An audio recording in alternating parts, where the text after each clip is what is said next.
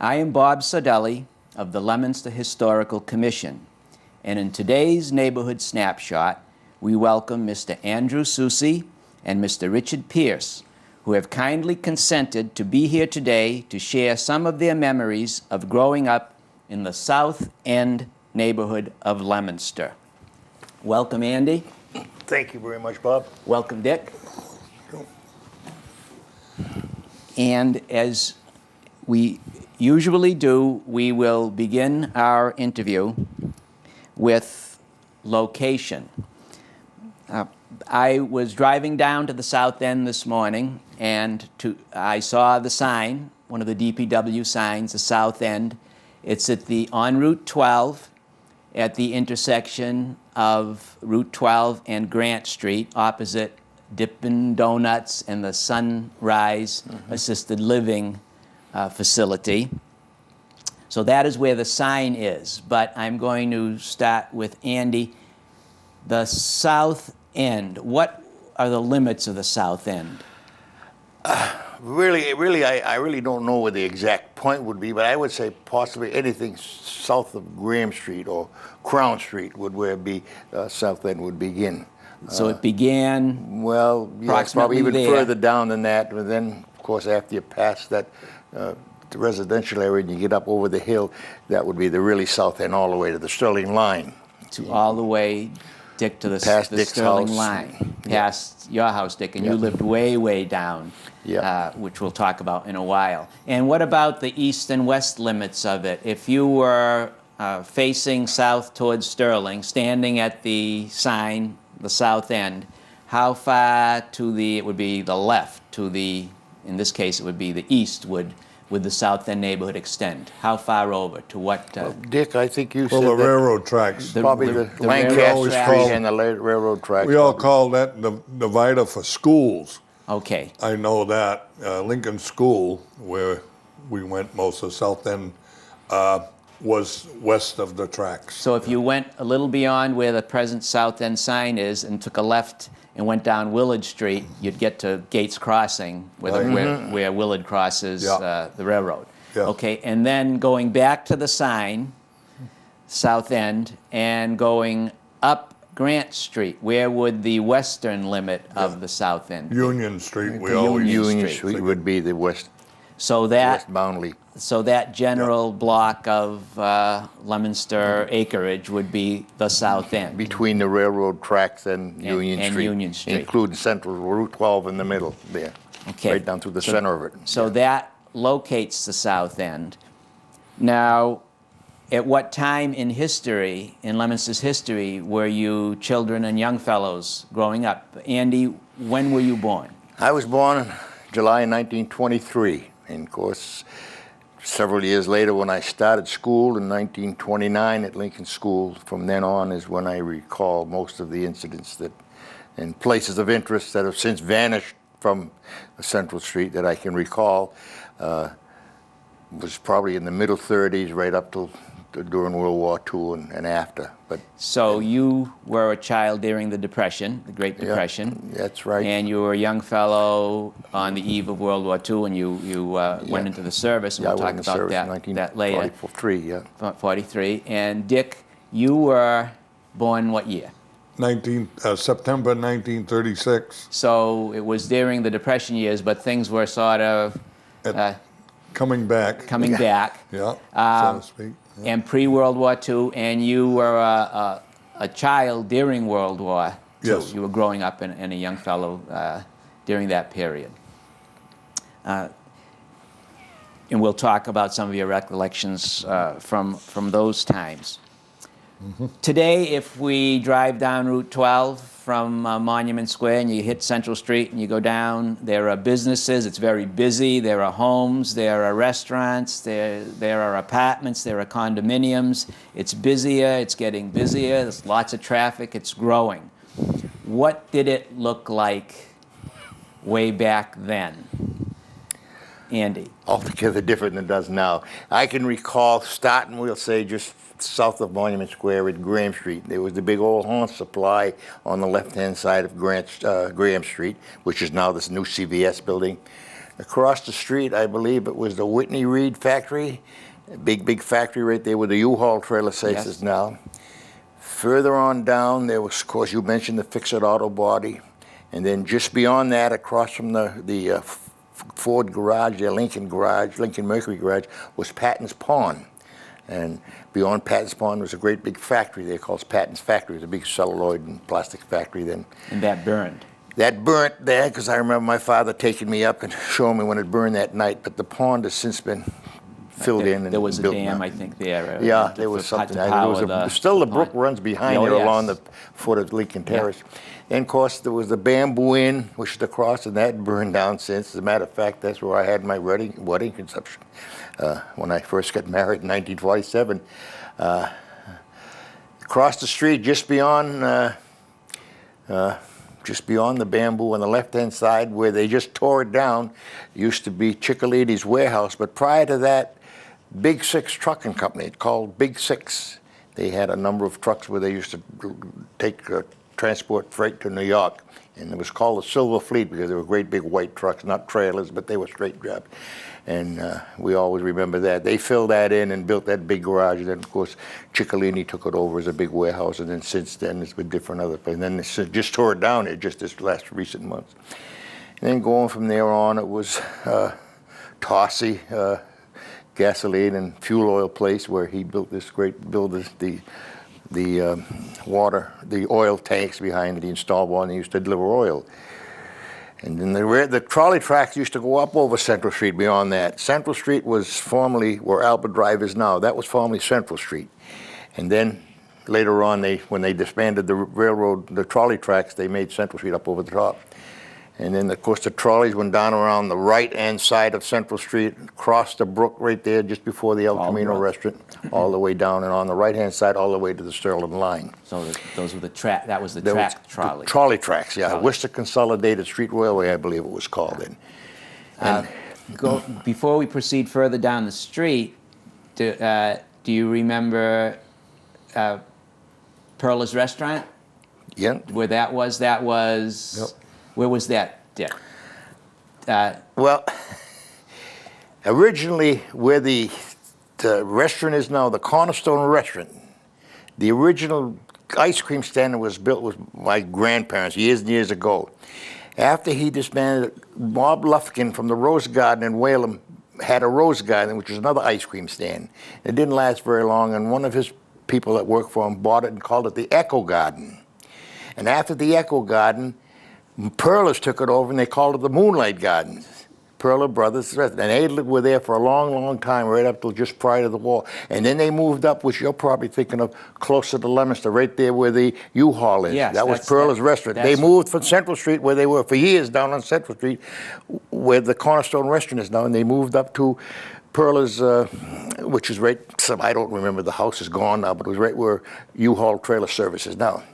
And then, of course, after Perla got rid of it, Bob Turan ran the El Patio restaurant all during the war until after the war. Then since then it was different and now it's the Cornerstone Restaurant. That was and now that whole stretch is known as the Manja Mile. Further down there are a lot of restaurants. Mm-hmm, yeah, Dick, now you were you're younger than Andy.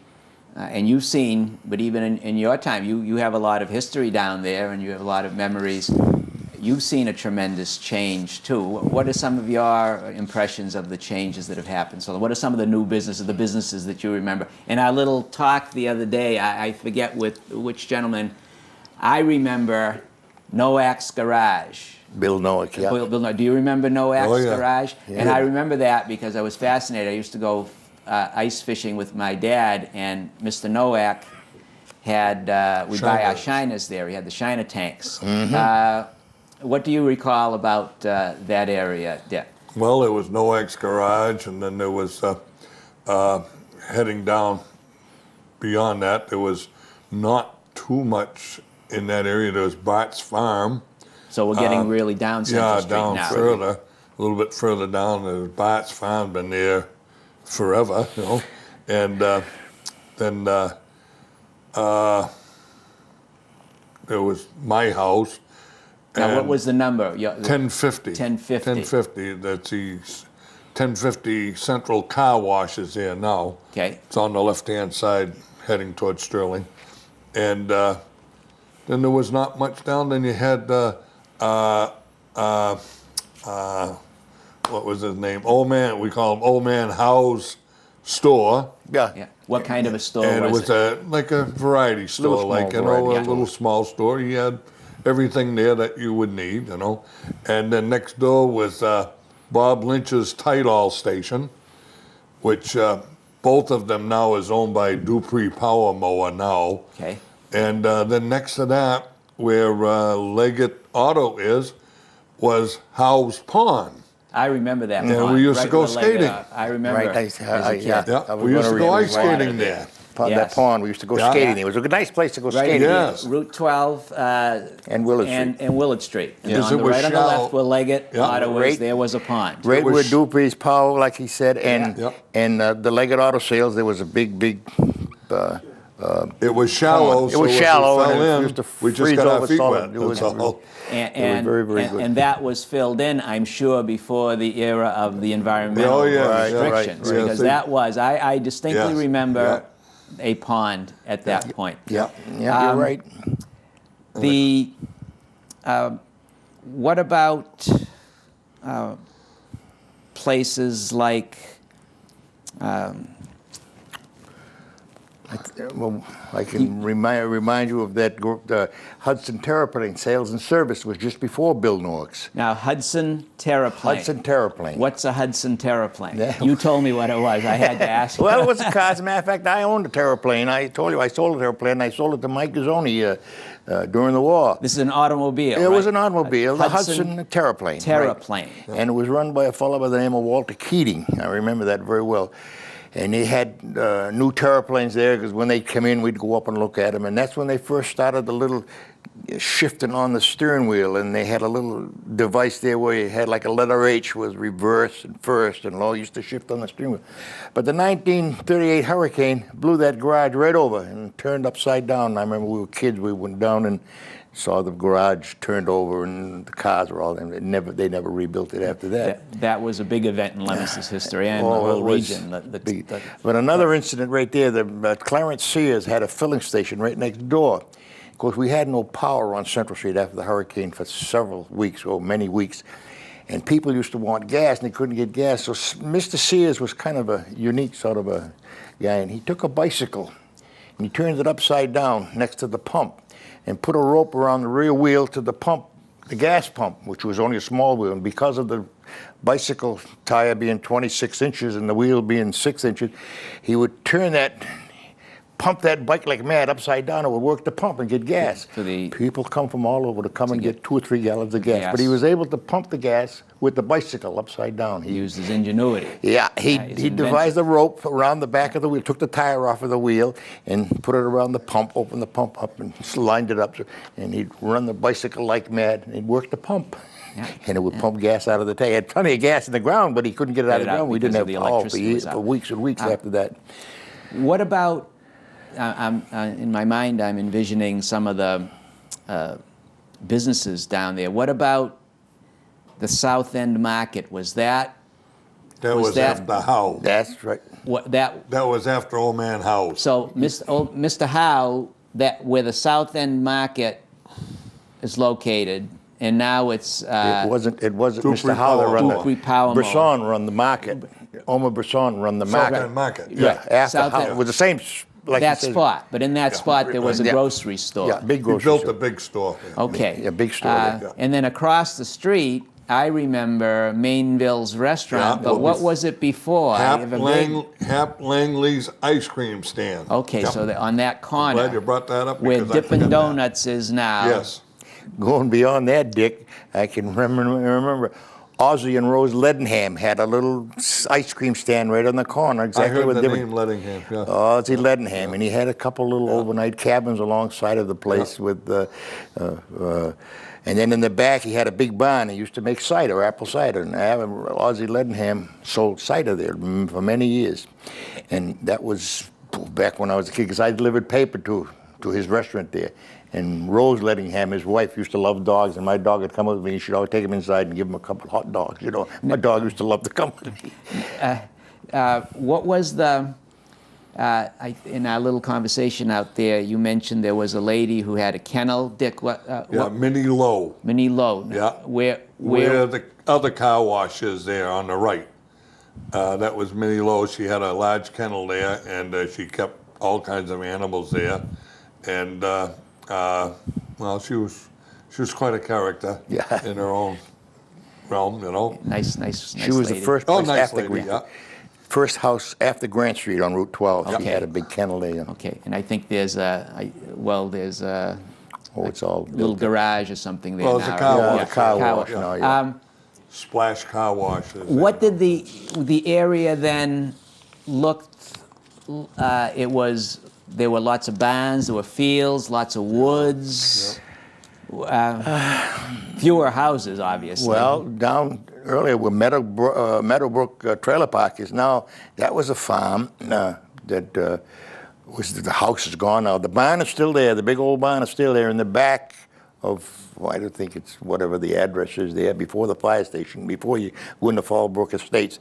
And there was a big house there, and Rufus Porter had a farm there at first. I was telling you how he'd go and get ice in the wintertime, chop it out of a pond and bring it up and put it in a barn and pack it in sawdust, and that would preserve the ice from melting. To insulate it. And I remember my mother, we had a little wheelbarrow, and I'd go from my house down and he'd break the sawdust away from the ice and get a little chunk of ice, and he'd weigh it up and take it home. That's the way How different the contrast between those Oh, that days was- and then now. We'll talk a little bit more about that and some of the changes in one particular, technology in general.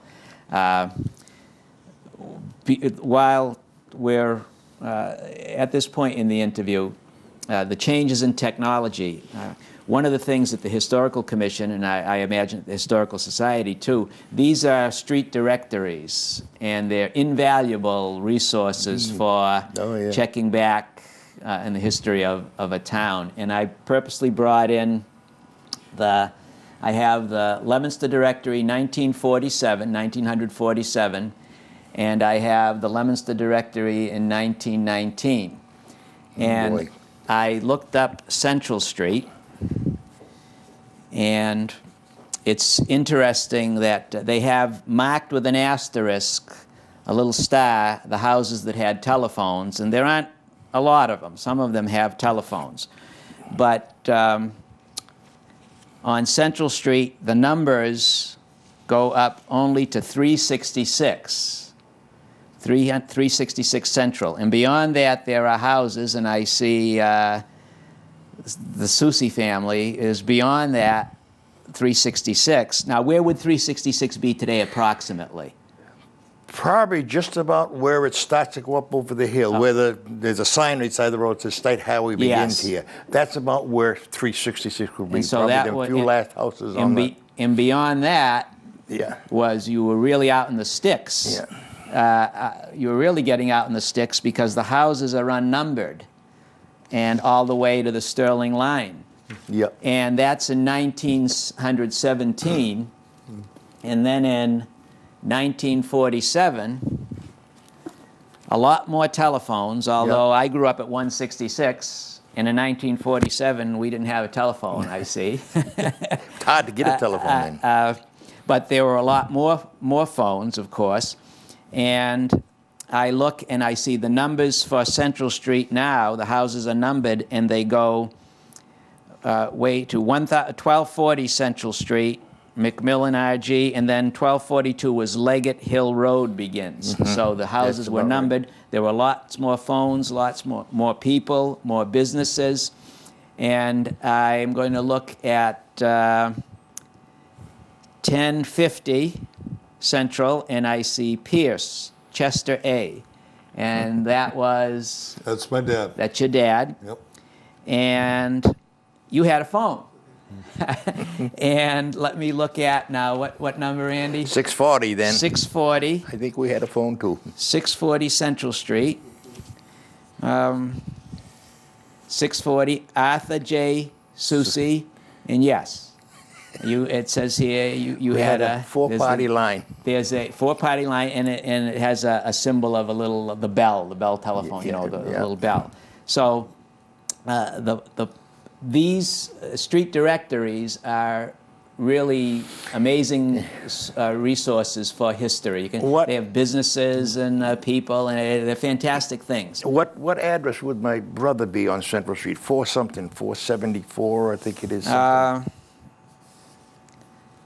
474. There's a 640 is Arthur, as I said. Go down to about 400 and something. In the 400s, they have they go 366 in the rear, 366 the rear.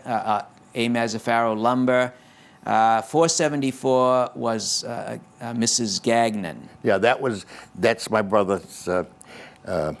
He lived with his mother-in-law. As a matter of fact, her daughter, Mrs. Gagnon's daughter, still lives there, Ruth Susie. Okay. And what's the address of that? It's 474 Mrs. Cora L. Gagney.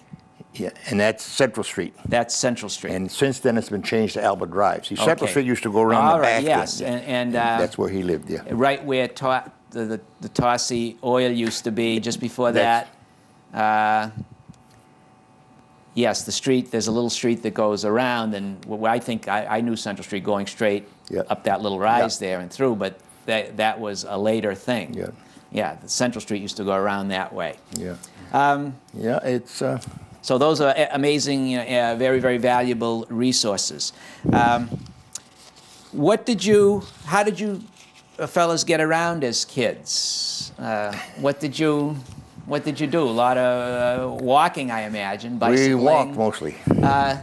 Well, I always was able to put some kind of a junk bicycle together, and nothing special, no fenders, no guard, no chain guard. If we didn't roll up our pant leg, we got our pant leg caught in a chain.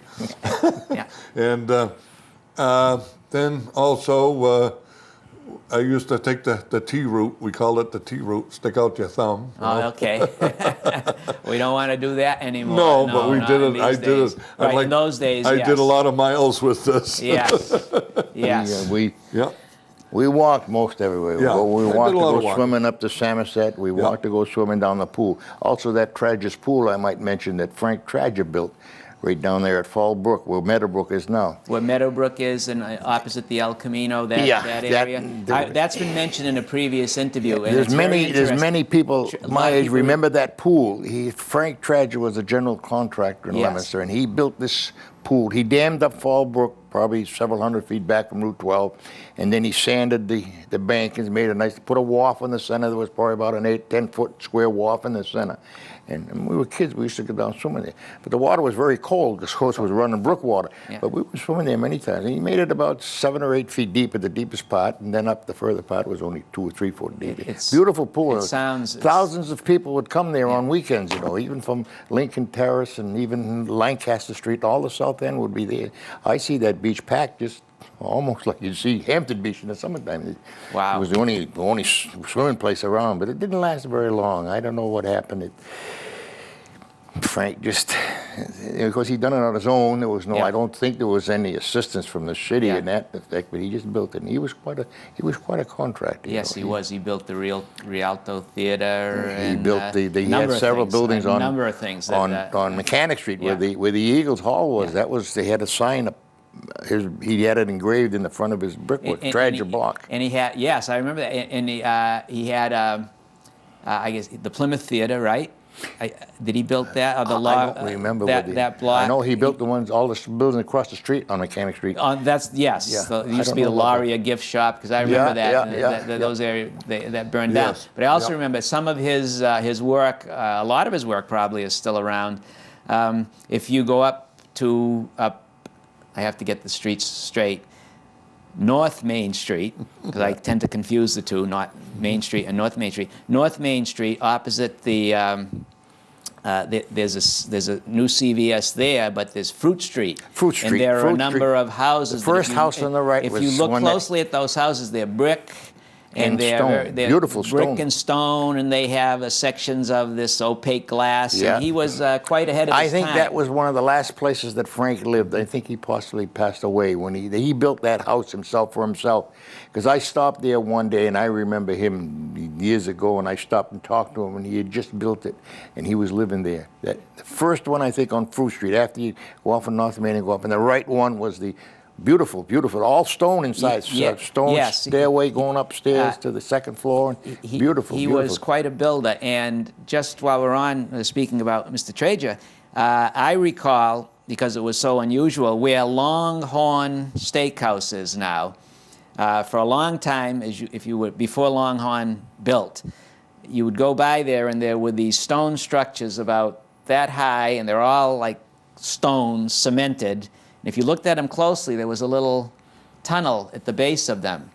And he had, I am told, built a carpet. He had a miniature golf place there. I don't remember. And that. I don't remember. It was inactive when I was a kid. But these structures, which were the part of the miniature golf course, were there, and they were pretty hard to move. And it's interesting. One hung on during the construction of Longhorn, and I think they kept it there for a while, and I was hoping they still would keep it there, and then it disappeared. They got it out of there. But Frank Trager was quite an interesting man, I'm told, and from his construction. So how do we get on this? We're talking about how you fellas got around, and mostly by walking, and but there was public transportation. Yeah. There was, yeah. The New England Transportation Company had a regular route from Fitchburg to Providence, Rhode Island. I don't know how many times a day, but it was several times a day. And you could catch a bus from town, Leominster, down anywhere along the way to Gates Crossing. I remember Gates Crossing being one of the stops, then Pratt's Junction, and all the way to Worcester. And then they go to Providence. And matter of fact, I've taken that bus home many times at night. And that is a little bit that I want to tell you. I don't want to save to the end. We'll save that. But it was New England Transportation Company, yeah, that they had the school contract for the transportation of school children earlier, and then they run the run from Fitchburg to Providence, Rhode Island. Now, do you remember the trolley days with the trolley cars coming? Was that? I vaguely remember a trolley going by the house, but it disbanded the regular route then. I think they were just disbanded then. But I remember the tracks. We used to walk the tracks many times right up to the beginning of World War II. We were kids. We used to walk up and down the tracks. It was really beautiful because they were all covered over with big pine. Nice, kind of a nice route down through the tracks all the way. It was kind of a pretty ride. And those tracks went. Now, what line were you talking about? Is that the one that veered off at El Camino and went down that way? No, it came down over the hill, like I said, and go to the right a little bit by the El Camino and stayed into the right, probably about 30 feet back off of the highway. And then when it got up, across about from where I lived, it started to veer toward the center till it got up to Litchfield Street. It come right along the edge of the road. And then it crossed Litchfield Street, all the center of the road. And when it got down by your house, Dick, I think it was still across the road, right? Mm-hmm. Right along the edge of the road. Right the edge of the road. And then when it got to Grant Street... I recall the tracks, but I don't recall any trolley.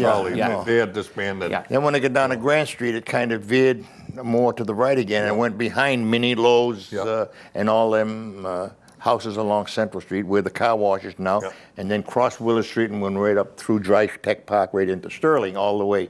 And when it got to Pratt's Junction, I think it crossed over somewhere down there and went to the left-hand side of the street. So there was an extensive trolley system because it was necessary in those days because a lot of people didn't have... They were probably hourly, in those days, Because people needed transportation. That transportation, because a lot of people did not have cars, did not They have had automobiles. They had a terminal right where the Leominster Credit Union is now. And Paul's Hardware they took it over later on. He had a little warehouse in the back where he stored. But they had a freight terminal where the Worcester Consolidated Street, where we would take packages and boxes and freight from there into Worcester or wherever they were going. And there was a terminal where the track would come around the corner, go in that freight terminal where the Leominster Credit Union is now. Yeah. And then but that was all disbanded now. It's all gone now. Everybody's got all and that's all gone. It's all gone. Cars all over the place today.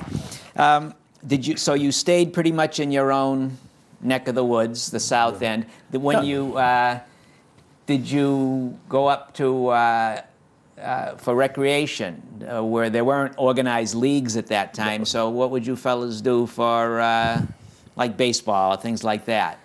What did you have? Pickup games in the neighborhood? Were there, That's right, was there a particular field where the kids would gather at? No, or? Mrs. Medley's field. I was just going to say, in the back of my aunt's place, which was Mrs. Medley, there was a field there. And Is that where the trailer park is now? No. This was further up, about 700 Central Street. The next house where Mrs. Medley lives, just before the cornerstone, not the Cornerstone, but the Maroney's restaurant. Okay.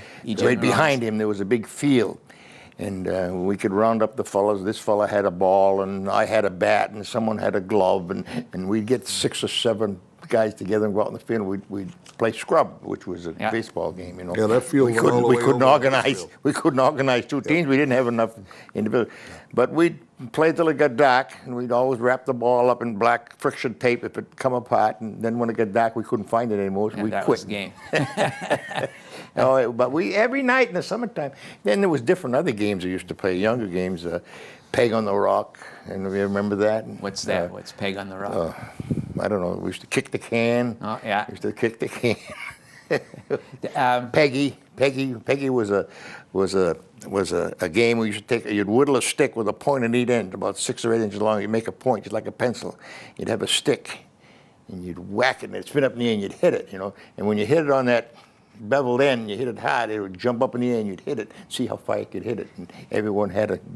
Were there a lot of one-eyed kids around in your days? Boy, that sounds kind of... Don't... You would stand in front of it, of course. Peggy, we used to call her Peggy.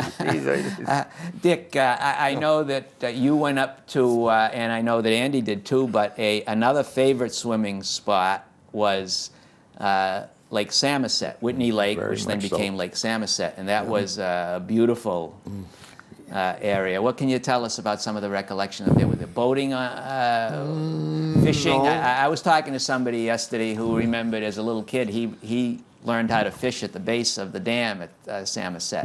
What are some of your recollections that you... Well, we went there swimming. The fishing wasn't that good, really. There might be some small perch in there, and maybe some suckers. I don't know, but it wasn't that too good. We swam there a lot. It was a good swimming place, you know, and they were privately owned all around it, but most of the cottage owners would let us use it, without, as long as we behaved ourselves and didn't, make a mess and cleaned up after. My parents had a camp up there before I was born, and through my, youth and even my young adulthood, and I still have a family that lives up there. They've built on that spot where the camp was. But I remember there was a so-called public beach at one time, and I picture right where it was at Samoset. That's where we used to on swim. the west side, maybe. It's on the smaller side, not on the big side. It was on the small side. Right. Yeah, and if you went up, now they got a road that runs right alongside of the dam that comes in there, but that road never was there. We used to go up that. There's a road, Irish Drive or Irish whatever? Drive, yes. Okay, That and goes it kind up of went to the top. diagonally. When Yeah. you get to the top of the hill, there was a road that went right straight down to this place you're Yes. talking about. They had a wharf there with a ladder, and there was a lot of people were swimming. That's where we used to do all our swimming. That was a favorite swimming spot. okay. Now, That was- All right, now you remember. Now and I'm bringing it. It's and coming Andy back. Yeah. has just mentioned something that there are houses there now, but I Yes, remember. right. Oh, boys, all I those are- remember there was a little road. If you were to go up Irish Drive, there was a road that cut right down. right straight Dirt down to that road, wharf. right down to where the public beach. was, So right, it's no right, longer right. a public beach anymore. Went down by No. Bonzo's house, right? Yes. Okay, yeah. Now I know. Sort of in that general Yes, vicinity, yes. maybe a little beyond Yes. Bonzo's house. Yeah. But I remember, as a kid, I remember the remains of the big windmill.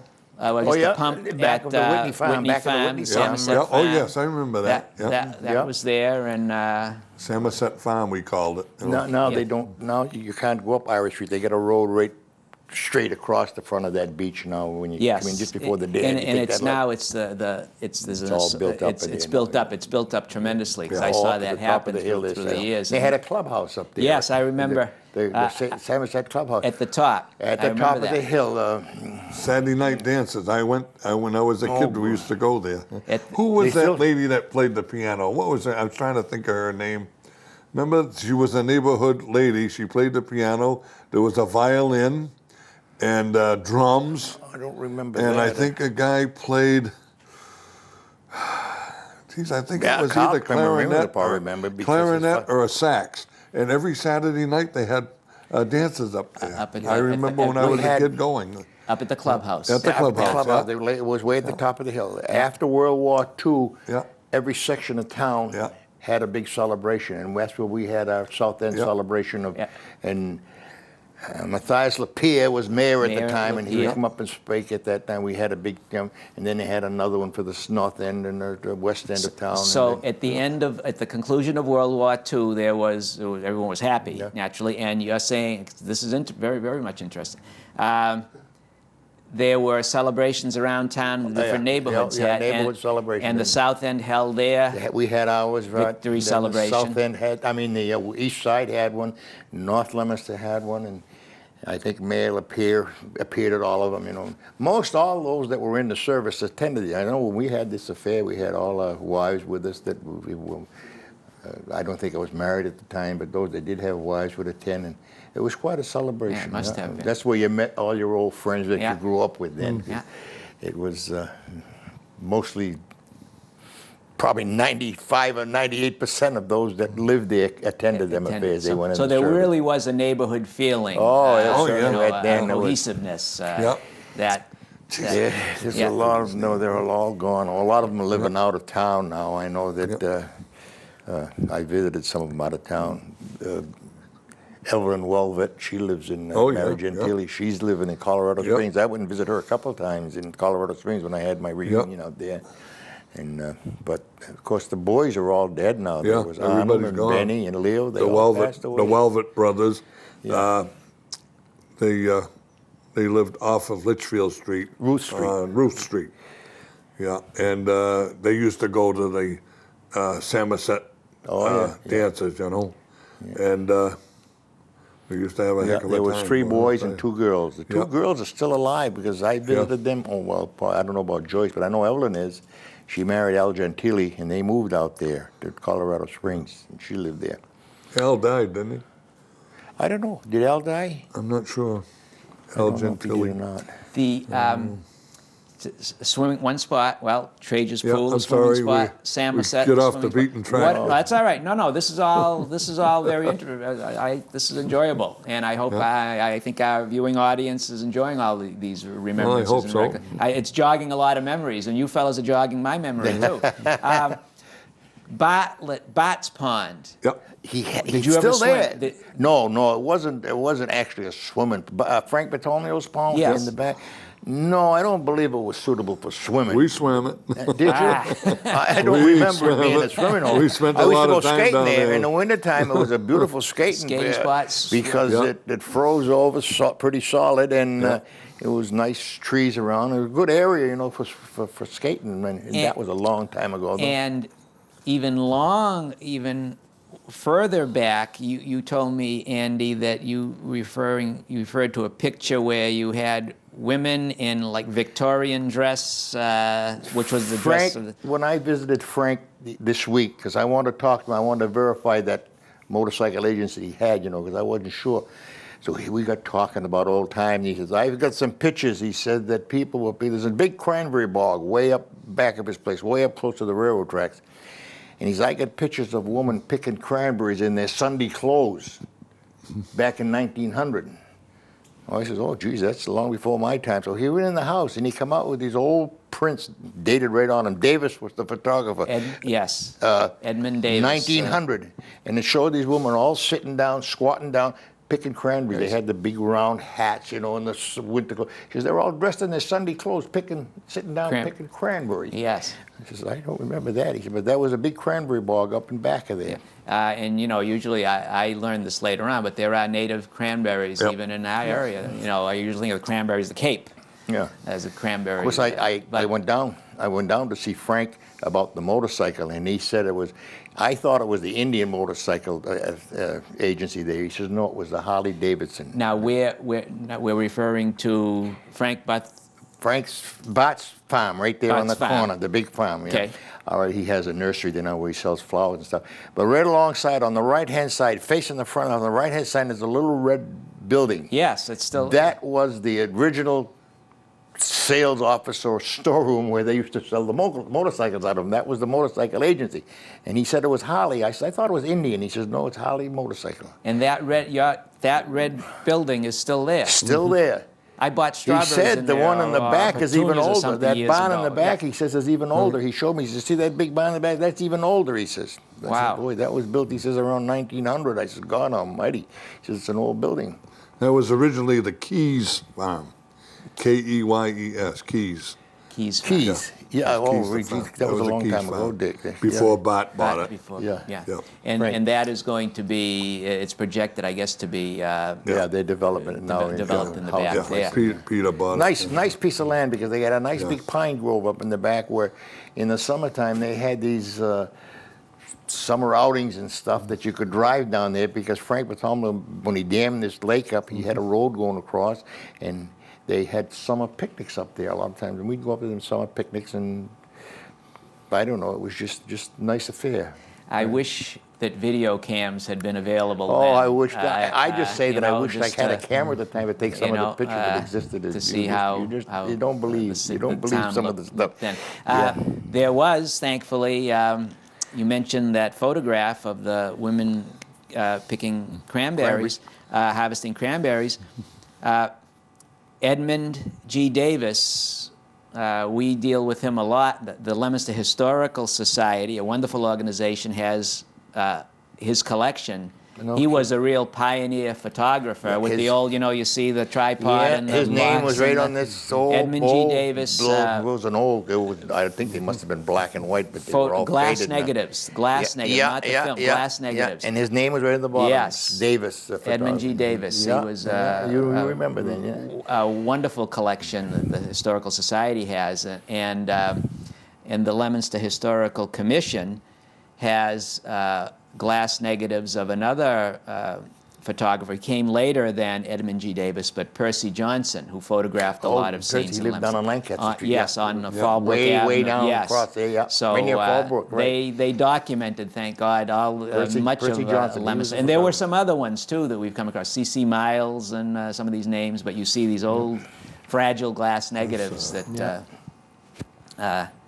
My time, what was it, Chase and Murray? Chase and Murray. Oh, yes. They were in Monument Square. Yes. They used to do our class pictures and stuff for school. But they were recent compared to... Richardson, you start looking in the old advertisements of Leominster and you discover there was a lot of portrait photography going on and scenes and so on. And it's fascinating to see these images. It brings back so many memories. But that I just wished we had a camera taking some of these, but we didn't know enough to take pictures then. And how technology has changed from the days when you didn't have a camera. Now you can go to CVS or a drugstore and you can get of all the places that existed. You can get a little throwaway camera or a recyclable camera, which will take beautiful pictures today $6 or $7 for $6 or $7. Yep.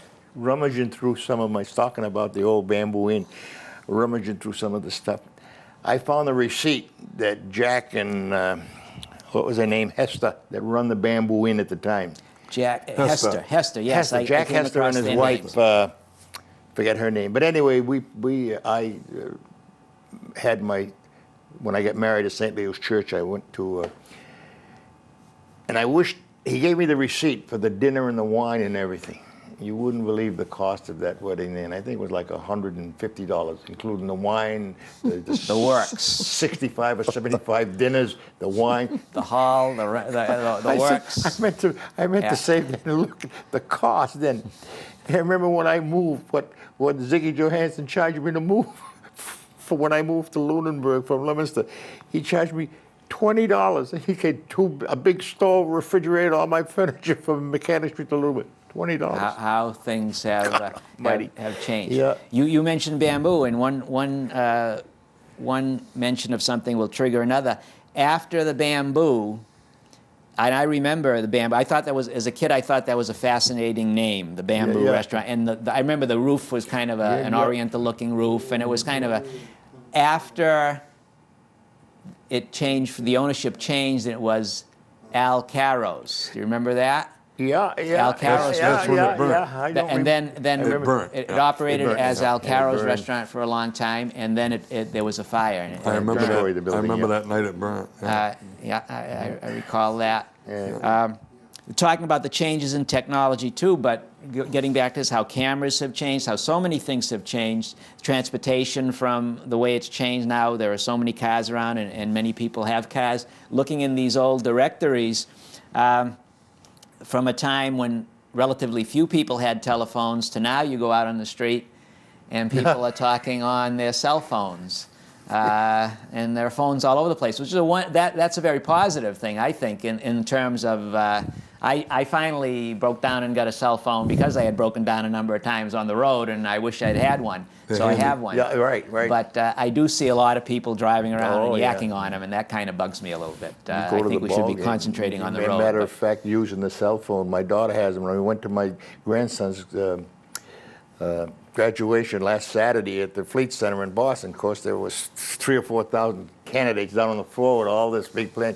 So we wanted to locate him. So my daughter picks up and she dials his number. He's got a cell phone, and he's sitting down. He says, "Where are you?" And he says, "I'm in the 7th row from the back on the right-hand side." Yeah. So she says, "Oh, yeah." He says, "Put up your book." We had red books about that size. This was the program books. Northeastern University graduation. Northeastern, you know. He said, "Raise your hand." So we saw him. Yeah. So then I raised the red program book that I had. He said, "Oh, I know where you're sitting now." There he was. The cell phones indicated where we were sitting back and forth. And I guess everybody else was doing the same thing, you know. But it's times sure have changed, Bob. Speaking of times have changed and all these changes in many changes in technology and different prices and so on, I want to get back to that. I'm going to get back to that Hudson Terraplane because I remember a car, a Hudson Hornet. I can still picture what a Hudson there was Hornet. a Hornet. That was a later. model. But the Terraplane. The Terraplane. What's the name itself? Terraplane. There was a name of a car. Matter of But fact, there's you an know, interesting story. Mike Gazzoni just passed away today. But I have a picture at home I meant to bring down. I can show it to you, Bob, sometime. It's a picture that's taken in Hawaii. And it's very vaguely, but there's a Terraplane. Had a slanting roof back with 2 little round windows in the back, 2 oval windows in the back. The Terraplane was a very popular car back 1936. I had one myself, and I sold it to Mike Gazzoni, who just passed away. Well, he had it a while long back, time. He yeah. had it for 3 or 4 years, and he loved that car. He says it run like a top. And you told me something about it was up on blocks when you went into the when I service. bought it before the war. A fellow from Sterling had it, and he wanted to get rid of it, so I think I paid $85 for it at the time, which was a tremendous amount. But it was a nice running car, a nice big car, and four-door sedan, you know, and I had it. And then, of course, I went into the service, and I says, "I'll keep it till after the war. I'll have a car," because they weren't making any cars.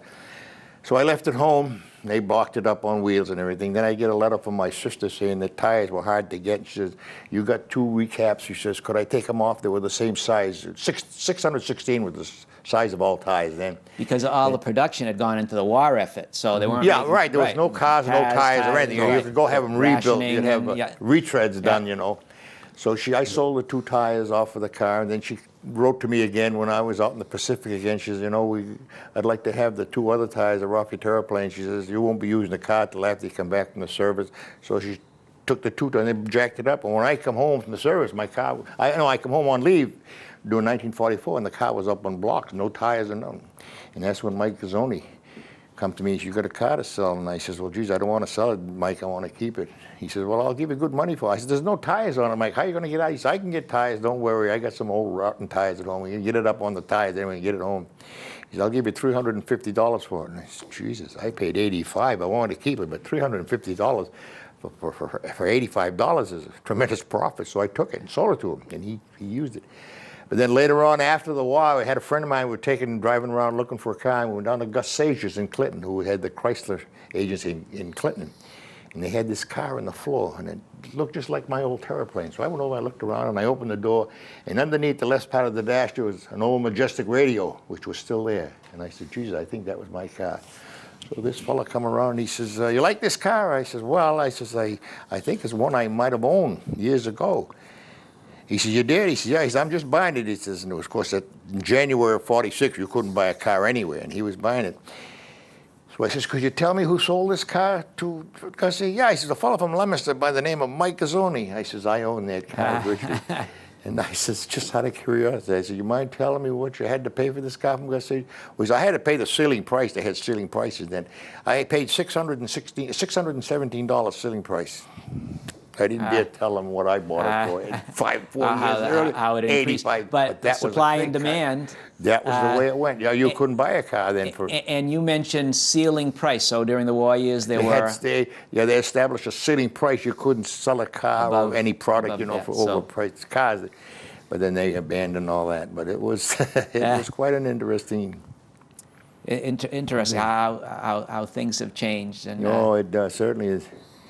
Just nearing the conclusion of the interview, and we're skipping back a little bit, but Dick, you went to Lincoln School. Yes. Andy, I went to Lincoln School. And Lincoln School is still there. It's no longer operating as a school. No, it's not operating as a Cross Street School. That was the local school that fed, and then from there, of course, you went on to junior high, where that's where you'd rub elbows, so to speak, with other kids. You'd meet kids from a lot of other sections of town. Yep. Is there anything, and I'll ask Dick first, is there any outstanding event in Leominster's history, in the country's history, or anything else that's outstanding in your memory that you'd like to share with the viewing audience, the LATV viewing audience, as we draw this interview to a close? Is there anything else you can Well, as far as a celebration, I remember VJ Day.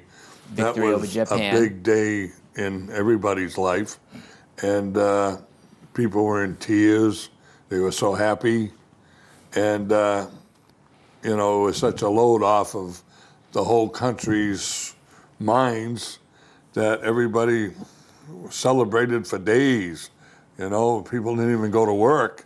They just celebrated, And that was a big thing in my life growing up, VJ Day. I mean, about how old were you then? Oh, God. I mean, it was, 44, was it? 46. 45 was over. 45, 46, yeah. So, well, I was 10 years old. 10 years old, so you would have recalled. I was 10 years old. Everybody was so happy. Yeah. As I had two brothers in the Navy. One of them saw action and in the Navy. The other one didn't see too much. Then I had a brother in the Army in Korea. He saw action in Korea. And I didn't go into service at all. And I tried to get in the Coast Guard, but they wouldn't take me for what I called stupid medical reasons. A fella told me they had their quota for that month. That's why I didn't get in. Yeah. So but you I tried. I tried to get in the Coast Guard. I had a couple of buddies in there. I wanted to get in there with them, and didn't work out. Well, whether you serve, whether the people served at home on the home front, or and many people wanted to go. Oh yeah. But for various reasons couldn't. I felt bad. But some did. Yes. Yeah. I felt bad. I really did. You can go back to so many interesting things that happened. I was still in Japan when the war was over. As a matter of fact, I was at Okinawa. And then we went into Japan. I got a nice, interesting anecdote that I like to tell about this. After the war, we let off. See, we had underwater demolition team, which is now the Navy SEALs. We discharged at the end of the war, and we were ordered to take up prisoners of war along the coast of Japan. And while we were it was in Tokyo Bay, these men come aboard. And of course, these fellas had been prisoners of war for 3.5 years, and they were happy and wanted to know all the questions. How bad was San Francisco bombed? How bad was New York bombed? We said, that was all propaganda was said by the Tokyo Road. You remember? So these POWs, who, of course, they were in prison, happy. They kept had us no up all idea night of talking. what was really So they asked going different on. ones. One of them says, anybody from Texas, anybody from yeah, says, there's a guy from Massachusetts. Go back. It's a fellow come back to me and he said, you from Massachusetts? I said, yeah. He said, where'd you live? Oh, I said, west of Boston, about 40 miles, it's a little town. He probably never heard of it. He says, go ahead, mention where it is. He said, that's where he was a prisoner of war, and I think he was captured in the Philippines, possibly in that Bataan death march or something. I know he was there, and he says, name the town, because I was familiar. I was born there. I said, well, I come from Leominster. He said, that's where I come from, Leominster. Well, we started to talk and talk and talk. And he told me, and he was a nephew of, I don't know if you remember, Francis Farrell, the police captain in Leominster. They used to call him Turkey Farrell. Captain Farrell, he was a policeman, and it was his nephew. And when I went into town, I spoke to him, and oh my God, every time he'd see me, he'd pull the cruiser over and stop and come over here. He says, I heard from my nephew today, and his name was Farrell. And what was an interesting anecdote about him is when of course he was discharged and flew right home. We were still out in Japan. He went down to visit my father on Central Street. Of course, his name was published all over the paper, how this Japanese POW was just released from Japan. He called my father. My sister says, Pa, come up here. Somebody wants to see us. We looked at his man. He says, aren't you fellow just released from Japan?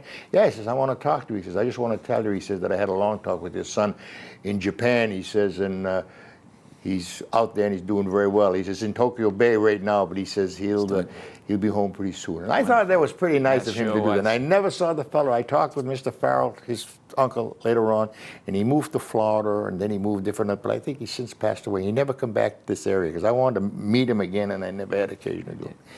Very, very, very. Eddie Farrell, he come from up the west side. He was a prisoner of war in Japan for 3.5 years. Yeah, very, very interesting. To conclude the interview, I must. I want to. Say, and I'll lead into that. This is going to become part of the Leominster Historical Commission's archives. I know the Leominster Historical Society has been given one, but Andy graciously has donated this book of the experiences of movies on the fantail, A Sailor's Diary, and Memories of Other Men of the USS Bar, which was by Helen E. Grenga. She's the author, which she wrote from her brother's log when he served on, and you served on the USS Bar. And I've begun reading it, and it's going to be fascinating. And there are excerpts, and it's a fascinating story of its service in the Pacific, the Atlantic, and the Pacific. There's not too much in the Atlantic because Jim Granger didn't come aboard ship till after we were being repaired in Boston. But that first half of the incident is when we were torpedoed in the Atlantic, and there was not this short article. But from that point on, when we were repaired in Boston, he kept a diary of everything. Of course, being close to the captain, he used to get a lot of information that was good. Jim Granger, he was our yeoman. Yeah. Well, we have run out of time. I just want to. Just very, very quickly say that you told me about an amazing thing. You were home from the service. You were on the bus. You were coming down the street. Very sharp. The bus driver let you off. Yeah. When I got in the bus, I said, "Stop at the next traffic light." So we stopped, and he looked at me. He says, "How long have you lived here?" I said, "All my life, for the last 22 years." He said, "Do you have a kid brother?" I said, "Yes, I do." He says, "I drove school bus 14 years ago." He says, "And I pick you kids up from the school from the New England Transportation Company."